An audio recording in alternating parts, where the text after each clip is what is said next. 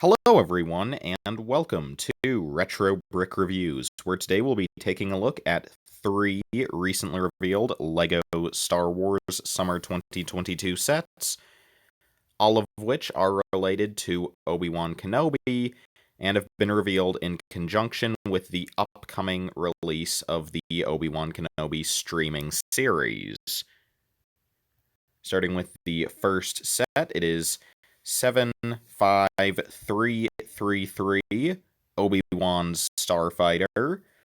The set includes 282 pieces, 2 minifigures, plus an astromech droid, and is based on Star Wars Episode 2, Attack of the Clones.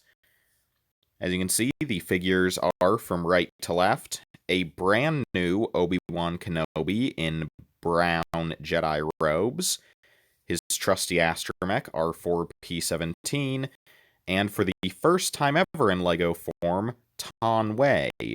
We'll take a look at those three figures in a minute, but just looking at the Starfighter itself, this is the third time we've gotten a minifigure scale version of Obi-Wan's Starfighter specifically, and I think this is a really fantastic upgrade over the previous version, which came out in 2017.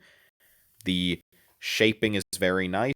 It's very angular, more so than the other versions. I like the sloping to the sides. I mean, it's not the most complex build, or the most complex design, but I think it is very accurate. I think there is perhaps a bit of an over-reliance on stickers, but that's not a huge issue. Looking to the wing closer to the camera, you can see that you have a turntable, which you can attach R4P17's head to act like he's loaded inside of the ship. And if you don't know, that's actually accurate to the movie, because is the actual 3D model of the ship that was used in Attack of the Clones does not have enough room within the wing to store the astromech. So in the movie, they just put the head of R4 on top and the body was detached. So that's actually accurate. And you can also see that the cockpit can lift up, and you have a control panel in there, as well as a little seat rest. That said, a very neat feature is that you can also see a little radar dish that can be attached on as well, which is accurate to a later scene in the movie. For a couple of play features, you can see that you do have a pair of the newly updated 2022 stud shooters, which I'm not a huge fan of. They really don't integrate, and they look even less like LEGO than the last ones. So I do hope LEGO goes back to the prior version soon, although I somewhat doubt they will. And then you can also see that in front of the cockpit, you actually have a storage compartment to place R4's body when the head is attached to the wing. That's a feature that is being brought over directly from the 2017 model, but it's a very welcome feature, even though. For the minifigures, at the left, we have R4P17, which looks to be somewhat updated from the last version. Now, in the May Star Wars sets, we got a couple of variants of R2-D2 with back printing. It is currently unknown whether that will only be for the 18+ sets, or whether that will be in all sets, and as such it is currently unknown whether R4 has any back printing. It would certainly be nice, but the fact that it isn't shown in any pictures leads me to believe that he won't be getting any. Next up is Obi-Wan in a brand new design. The robes are in reddish brown, and this is the first time we've actually gotten printed robes for a prequel era Jedi, and I think they look really fantastic. I also really like how, as a result of them just using brown legs, Obi-Wan actually has his brown boots for the very first time in LEGO, which looks absolutely fantastic. Yeah. My one worry is that perhaps the tan printing might end up looking somewhat washed out as a result of it all being printed on to reddish brown, which is a fairly dark color, but overall I think that looks absolutely fantastic. As for the face, that is also a new design, where on this side you can see that we have a print that is very clearly based on the rather infamous visible confusion meme. Like, if you take a picture of that scene and put it side by side with this, it's clear that that was a direct inspiration, which I think is fantastic. I really love when LEGO makes alternate faces for minifigures be based on one specific iconic shot. So I'm really glad to see that here with Obi-Wan. Our last figure, and probably the most exciting for most people, is Taun We, as this is the first time that they have ever appeared as a physical LEGO minifigure, and I think they look quite nice, perhaps a bit short in comparison to their cinematic version, but I think it works out quite well. You have that brand new double molded piece for the head and neck, which looks very accurate. I think the torso is good. Uh, the one thing I would change is I think that the skirt piece would have worked better if it was molded with a sand blue base rather than a white one, just in terms of the look from around the sides. Though I suppose conversely, the advantage of having it be printed on white is that the printing will be much more crisp. You won't have to worry about it being faded, so I don't know. Like, I think both have their pros and cons, but either way, this is a really nice figure and a really fantastic selection, especially for a $30 Star Wars set. Since typically in $30 Jedi Starfighters and Jedi Interceptors, LEGO would just include a Jedi and the droid, and oftentimes with very little unique about either. So, really fantastic selection here. And going back to the main image, here you can also see Obi-Wan's alternate face, where he has his headset and a determined expression that is not unlike the 2012 Obi-Wan head. So that's actually quite nice, in my opinion.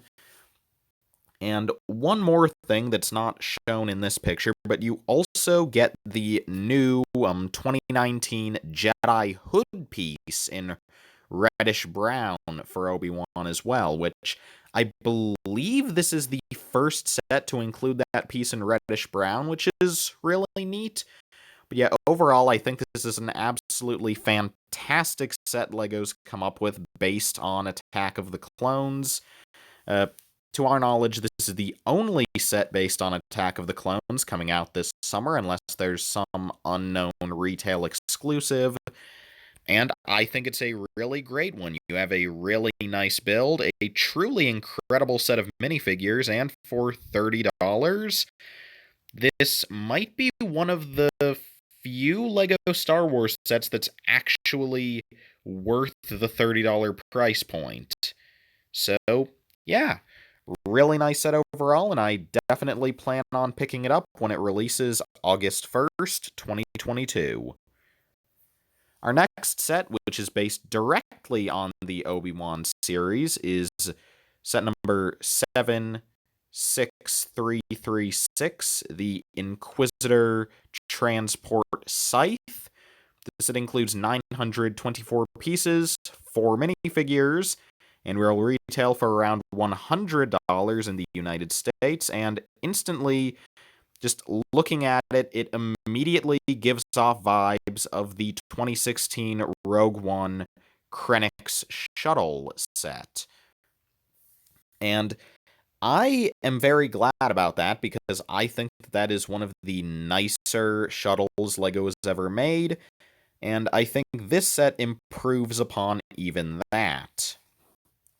with its more complex angles and overall just more interesting shape, in my opinion. Where you can see that you have the two prongs at the front, which look absolutely fantastic, and really no gaps at all, which is very impressive for sort of having the angling on multiple fronts. The wings are simple but nice, and yeah, at the front you can see that there is a ramp that comes down, and what's nice is that it looks like this is actually fully usable, where I believe there is actually room where if you wanted to, you could put a figure all the way back in, so you could actually have them go up the ramp into the ship. Something that is not super common on LEGO Star Wars sets with boarding ramps, so that's really neat to see. Then you can see that you have several panels that open up to give access to the interior, those being one on each side, and then the main center panel, which has the very nice printed cockpit glass on it. I believe that's a Speed Champion's windshield piece. And then for the interior itself, you have seats at the front for all three included Inquisitors, as well as then just several control panels, which are presumably stickers, storage for your lightsabers, and then also it looks like we have some pill lights at the back, which is very nice. It's always nice to get more Imperial pill lights. Yeah, so not a ton of interior, but or your detail aside from the seating, but I honestly don't mind. It's nice that you just get a bunch of extra space to put your figures in. So if you have more figures, you could easily just have them sitting along in that area, or you could put cargo there. Yeah, I'm a big fan of this interior. It's nice to see a LEGO Star Wars ship with very ample interior space, because that is a rarity. Taking a look at the figures from left to right, we have Ben Kenobi, the Grand Inquisitor, I believe the second sister, although correct me if I'm wrong, and the fifth brother. Starting off with Ben at the left, you can see that first off we have a brand new hairpiece for Obi-Wan in this set, and presumably in the other Kenobi set that has yet to be revealed. And I think that piece looks really neat. It's really cool to get another hairpiece, and just to get a unique one for Obi-Wan is really great.